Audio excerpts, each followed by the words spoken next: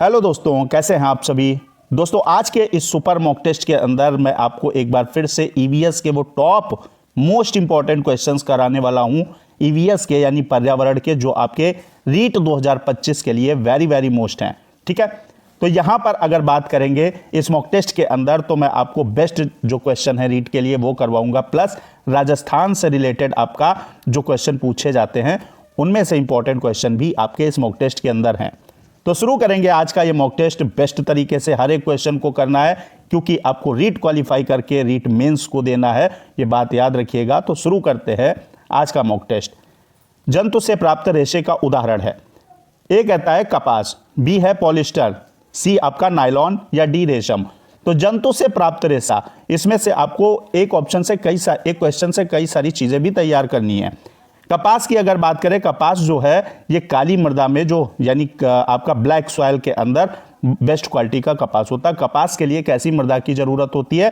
Black soil की। ठीक है, तो ये आपका जंतु से प्राप्त नहीं है, इसका पौधा होता है, इसकी खेती की जाती है, फार्मिंग। पॉलिस्टर नायलॉन की बात करें तो ये आपके कृत्रिम रेशे हैं, आर्टिफिशियल फाइबर है। तो जंतु से प्राप्त रेशा आपका कौन सा हो जाएगा? रेशम हो जाएगा, डी ऑप्शन सही हो जाएगा।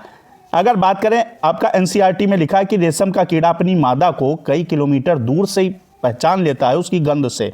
ठीक है, अब यहां पर एक और क्वेश्चन बनता है कि रेशम का कीड़ा किस पर पाला जाता है? तो याद रखिएगा, शहतूत की पत्तियों पर रेशम के कीड़े का पालन होता है। ये आपका क्वेश्चन बन सकता है रीट के अंदर। फिलहाल डी ऑप्शन सही हो जाएगा। बढ़ेंगे नेक्स्ट क्वेश्चन की तरफ। अगला क्वेश्चन है आपका, नमामि गंगे अभियान जो था, यानी आपका नमामि गंगे प्रोजेक्ट, ये कब लॉन्च किया गया था? क्या 2011 में, या 2012, या 2013, या आपका 2014? तो नमामि गंगे प्रोजेक्ट जो था, इसका उद्देश्य था गंगा की सफाई। ठीक है, और ये कब आपका लॉन्च किया गया? जून 2014 के अंदर लॉन्च किया गया था। तो डी ऑप्शन आपका करेक्ट हो जाएगा। नेक्स्ट बढ़ेंगे और बेस्ट क्वेश्चन लेंगे। क्वेश्चन है, वातावरण के अनुरूप पौधों एवं जंतुओं में पाए जाने वाले शारीरिक लक्षणों को कहते हैं? एडॉप्टेशन, परजीविता, रूपांतरण, या आपका ऑल ऑफ दीज, यानी इनमें से सभी। तो वातावरण के अनुरूप पौधों और जंतु जो होते हैं, इनमें पाए जाने वाले शारीरिक लक्षणों को दोस्तों अनुकूलन कहते हैं, एडॉप्टेशन कहते हैं। अनुकूलन क्या होता है? किसी भी परिस्थिति में खुद को ढाल लेना, यह अनुकूलन कहलाता है। ठीक है, यहां पर अगर बात करें, आपने देखा होगा कि घाना पक्षी विहार में बहुत दूर दूर के पक्षी आते हैं। ठीक है, बहुत दूर दूर के पक्षी आते हैं, और ये आपका है कहाँ? ये भरतपुर में है, राजस्थान के अंदर, जिसे केवलादेव राष्ट्रीय उद्यान भी नाम से भी जाना जाता है, या भरतपुर बर्ड सेंचुरी के नाम से भी जाना जाता है। तो यहाँ पर अगर बात करते हैं, यहाँ बहुत सारे पक्षी बाहर से आते हैं, अनुकूलन। ठीक है, किसके लिए? अनुकूलन के लिए आपका, और यहाँ पर प्रजनन के लिए। ठीक है, अगर बात करते हैं परजीविता की, तो परजीविता दोस्तों क्या होती है? जैसे दो पार्टी हैं, ए और बी। यहां पर मान लीजिए आदमी, इंसान है, यहां पर मच्छर है। मच्छर इंसान पर बैठेगा तो किसको फायदा होगा? मच्छर को होगा ना भाई, मच्छर को फायदा होगा, क्योंकि वो उसका खून पिएगा, इसका पेट भरेगा। लेकिन आदमी का कोई फायदा है? नहीं है। दो पार्टी इस तरीके से कनेक्ट हैं एक दूसरे से, जहां एक को फायदा और दूसरे को नुकसान हो, वो पैरासाइटिज्म बोला जाता है, या आपका परजीविता। सहजीविता वहां बोली जाती है, सिम्बायोसिस जो आपका होता है, सिम्बायोटिक रिलेशनशिप, वो आपकी क्या होती है? जहां पर दोनों पार्टियों को फायदा हो। जैसे भैंस पर बगुला बैठता है, तो भैंस के ऊपर जो पीठ पर कीड़े होते हैं वो खाता है, और उससे बगुले का पेट भरता है, और भैंस को भी उन अनवांटेड जो कीट होते हैं, इंसेक्ट होते हैं, उनसे राहत मिलती है। ऐसी रिलेशनशिप जहां दोनों को फायदा है, ये आपका सहजीविता बोली जाती है।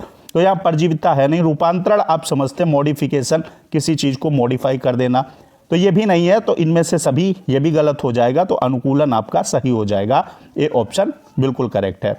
बढ़ेंगे नेक्स्ट क्वेश्चन की तरफ, और अगला क्वेश्चन है, निम्नलिखित में से कौन सा राज्य या देश राजस्थान के जैसलमेर, बीकानेर तथा श्रीगंगानगर जिलों से लगा हुआ है? गुजरात, मध्य प्रदेश, हरियाणा, या पाकिस्तान? बताइए। तो यहां अगर बात करते हैं, जैसलमेर, बीकानेर और श्रीगंगानगर से लगा हुआ आपका पाकिस्तान है, पाकिस्तान की सीमा लगती है। तो डी ऑप्शन आपका करेक्ट हो जाएगा। बढ़ते हैं नेक्स्ट, आपका बेस्ट क्वेश्चन है, पानी में से अशुद्धि, दही से मक्खन, गेहूं से छोटे कंकड़ यानी पेबल्स, ठीक है, आदि को अलग करने की क्रिया को कहते हैं क्या? मिक्सचर। तो मिक्सचर तो मिलाना हो जाएगा, अशुद्धियां इससे तो और हो जाएंगी, है ना, तो मिक्सचर तो हो नहीं सकता। सेपरेशन यानी पृथक्करण, या फिल्ट्रेशन, या आपका ऊर्ध्वपातन। दही से मक्खन मेरे ख्याल से आप सब जानते होंगे कैसे निकाला जाता है। वो ये प्रोसेस आपका फिल्ट्रेशन तो होता नहीं है, छान कर नहीं निकाला जाता है। ऊर्ध्वपातन इससे कोई मतलब आपका नहीं है। यहाँ पर आपका कंकड़ निकालना, दही से मक्खन निकालना, पानी से अशुद्धि निकालना, ये होता है आपका सेपरेशन यानी पृथक्करण। दोस्तों बी ऑप्शन के साथ सही जवाब आपका हो जाएगा। नेक्स्ट आपका क्वेश्चन है 6 नंबर। क्वेश्चन है पौधे प्रकाश संश्लेषण द्वारा भोजन बनाते हैं। भाई फोटोसिंथेसिस प्रोसेस के द्वारा जो है हरे पेड़ पौधे अपना खाना बनाते हैं। ये बात हर एक दोस्त को पता है, क्योंकि आप तो अध्यापक हैं तो आपको तो बेहतर तरीके से पता है। प्रकाश संश्लेषण क्रिया में निम्न आवश्यक तत्व होते हैं। मोस्ट इंपॉर्टेंट क्वेश्चन है, कौन कौन से तत्व भाग लेते हैं फोटोसिंथेसिस प्रोसेस में? ऑक्सीजन होती है क्या, जल, सूर्य का प्रकाश, पर्णहरित, इसको क्लोरोफिल, ठीक है, कहते हैं। ये आपका क्या है, ऑक्सीजन। भाई यहाँ पर जल भी होता है, और अगर बात करें सूर्य का प्रकाश, सनलाइट भी होती, क्लोरोफिल, लेकिन ऑक्सीजन नहीं होती। तो ऑक्सीजन जहाँ मिलेगी कैंसिल आउट करेंगे। कार्बन डाइऑक्साइड, जल, सूर्य का प्रकाश एवं पर्णहरित। तो यहाँ अगर बात करते हैं क्या, CO2 भी जरूरी होती है, वाटर भी होता है, सनलाइट भी होती है, क्लोरोफिल भी होता है, तभी जाके आपका फोटोसिंथेसिस का प्रोसेस कंप्लीट होता है। तो यही आपका ऑप्शन सही हो जाएगा। यहाँ डी वाले में प्रॉब्लम यह है कि शर्करा की जरूरत नहीं होती है। सी ऑप्शन के साथ चलेंगे और बढ़ेंगे आपका नेक्स्ट क्वेश्चन की तरफ। और ये मानव शरीर का सामान्य ताप होता है 33 डिग्री, 38 डिग्री, 98.6 डिग्री या 37 डिग्री। तो यहाँ पर अगर बात करें, आप कंफ्यूज हो गए, यहाँ पर देखिएगा, बहुत कायदे से क्वेश्चन को देखिए, यहीं पर गलती होती है। क्या है दोस्तों, 33 डिग्री सेल्सियस नहीं होता है, 38 नहीं होता है, 98.6 क्या सही है? नहीं सही है, क्योंकि ये फ़ारेनहाइट में होता तब सही होता। यहां पर अगर बात करें डी ऑप्शन पर चलते हैं, और डी ऑप्शन है 37 डिग्री सेल्सियस, ये आपका सही हो जाएगा, ना कि यहां अगर फ़ारेनहाइट होता तब सही होता। तो डी ऑप्शन करेक्ट है। बढ़ेंगे नेक्स्ट क्वेश्चन की तरफ। 8 नंबर क्वेश्चन, बेस्ट क्वेश्चन है आपका। क्वेश्चन कह रहा है कि कौन सा सही सुमेलित नहीं है? 100 द्वीपों का शहर क्या बांसवाड़ा को कहते हैं? मरुस्थल का प्रवेश द्वार क्या जैसलमेर को कहते हैं? नीला शहर जोधपुर को कहते हैं? या फिर राजस्थान का जिब्राल्टर अजमेर को कहते हैं? बताइए कौन सा सुमेलित नहीं है। बेस्ट क्वेश्चन है, नोट कर लीजिएगा। चाहिए तो मैं रोज आपको मॉक टेस्ट करवाता हूं, तो आप क्वेश्चन भी नोट कर सकते हैं, या चैनल पर आप देख सकते हैं, जैसे भी आपको सुविधा हो। अगला क्या है देखिएगा, 100 द्वीपों का शहर बांसवाड़ा, बिल्कुल सही बात है कि 100 द्वीपों का शहर बांसवाड़ा को बोला जाता है। मरुस्थल का प्रवेश द्वार क्या जैसलमेर को बोला जाता है? यहां पर नीला शहर यानी अगर ब्लू सिटी की बात करें तो जोधपुर, बिल्कुल सही बात है। राजस्थान का जिब्राल्टर आपका अजमेर बोला जाता है, बिल्कुल सही बात है। लेकिन मरुस्थल का प्रवेश द्वार जैसलमेर को नहीं, बल्कि किसको बोला जाता है? जोधपुर को बोला जाता है। और अगर बात करें जोधपुर, तो ये आपकी क्या है, राजस्थान की सांस्कृतिक राजधानी भी आपकी जोधपुर है, याद रखिएगा। तो यहां पर बी आपका सुमेलित नहीं था, जोधपुर इसका सही आंसर होगा। अगला बढ़ते हैं। अगला है आपका सूर्य नगरी किसका नाम है? Sun city, blue city, blue city मैंने अभी बताया, पिंक सिटी जयपुर है, जैसलमेर ये इसका नहीं संबंध है आपका। सूर्य नगरी का संबंध किससे है? सूर्य नगरी आपका जोधपुर से संबंधित है। डी ऑप्शन सही हो जाएगा। अगला बढ़ते हैं 10 नंबर क्वेश्चन।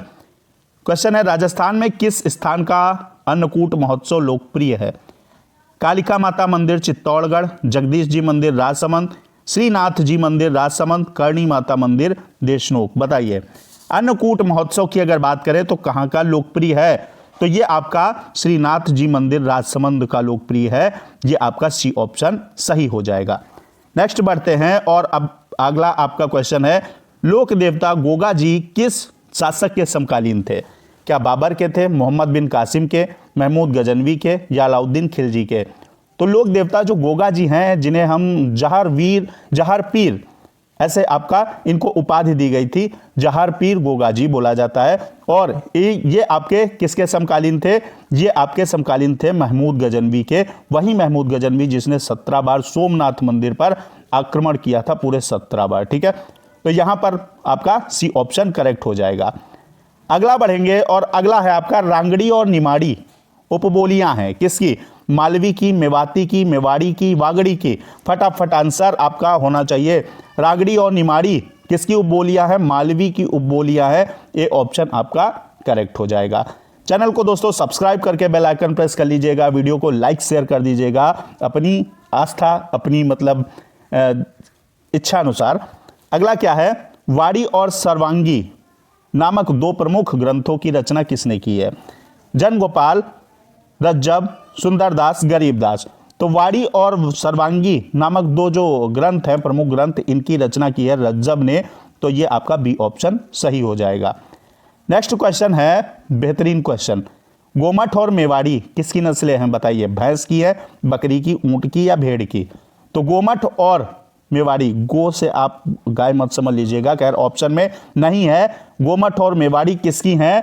गोमठ और मेवाड़ी आपकी ऊंट की नस्लें हैं। ये बेहतर ऊंट होता है जो रेगिस्तान के अंदर दौड़ता है, ठीक है। ऊंट को शिप ऑफ डेजर्ट भी कहा जाता है, यानी रेगिस्तान का जहाज भी कहा जाता है, ये बात याद रखिएगा, बचपन में पढ़ी होगी, खैर आपका 4th 5th में ही पढ़ी होगी। रागमाला किस शैली का प्रसिद्ध चित्र है? देवगढ़, नाथ द्वारा, चावंड, उदयपुर शैली। तो रागमाला जो है किस शैली का प्रसिद्ध चित्र है? चावंड शैली का है। सी ऑप्शन आपका करेक्ट हो जाएगा। नेक्स्ट आपका क्वेश्चन है 16 नंबर। क्वेश्चन कह रहा है कि राजस्थान में बालिकाओं के लिए जय कन्या विद्यालय 1923 में किसने स्थापित किया? क्या वो नैनू राम शर्मा थे, जयनारायण व्यास थे, दामोदर दास राठी थे, ऋषिदत्त मेहता थे? तो राजस्थान के अंदर जो जन कन्या विद्यालय आपका 1923 के अंदर स्थापित हुआ, वो किसने किया? जयनारायण व्यास ने किया। आपका बी ऑप्शन क्या होगा? करेक्ट हो जाएगा। अगला बढ़ते हैं 17 नंबर क्वेश्चन। बेस्ट क्वेश्चन है, मैं कहूंगा आज के इस मॉक टेस्ट का बेस्ट क्वेश्चन। हार्मोन्स जो है, हार्मोन शब्द का नामकरण किसने किया था? E.H. स्टार्लिंग, अरस्तु, आपका A.R. Wallace, brown porter. तो हार्मोन शब्द का जो नामकरण किया था दोस्तों, वो आपके E.H. स्टार्लिंग ने किया था। ए ऑप्शन आपका क्या होगा? करेक्ट हो जाएगा, याद रखिएगा।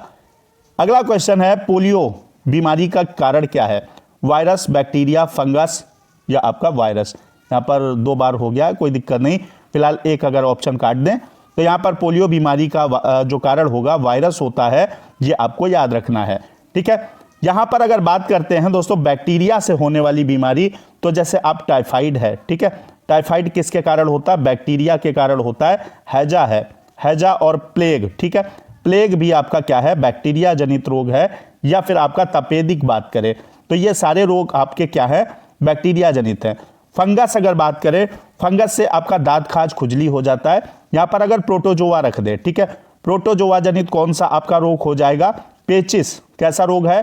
पेचिस प्रोटोजोआ जनित है।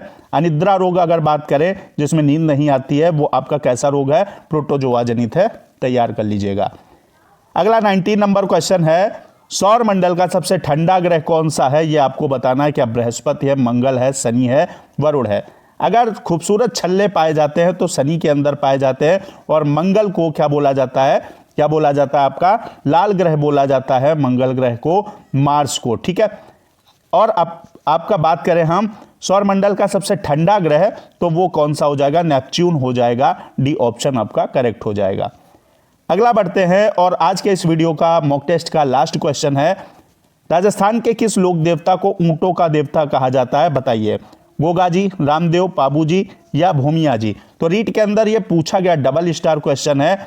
ये राजस्थान का अगर लोक देवता है कोई जिसे ऊंटों का देवता कहा जाता है तो पाबू जी है। सी ऑप्शन आपका करेक्ट हो जाएगा। तो आज की कहानी और स्टोरी और यह मॉक टेस्ट आपका यहीं खत्म होता है। मिलते हैं नेक्स्ट डे बेस्ट आपके क्वेश्चन के साथ। पढ़ते रहिए, मस्त रहिए, स्वस्थ रहिए। जय हिंद, वंदे मातरम।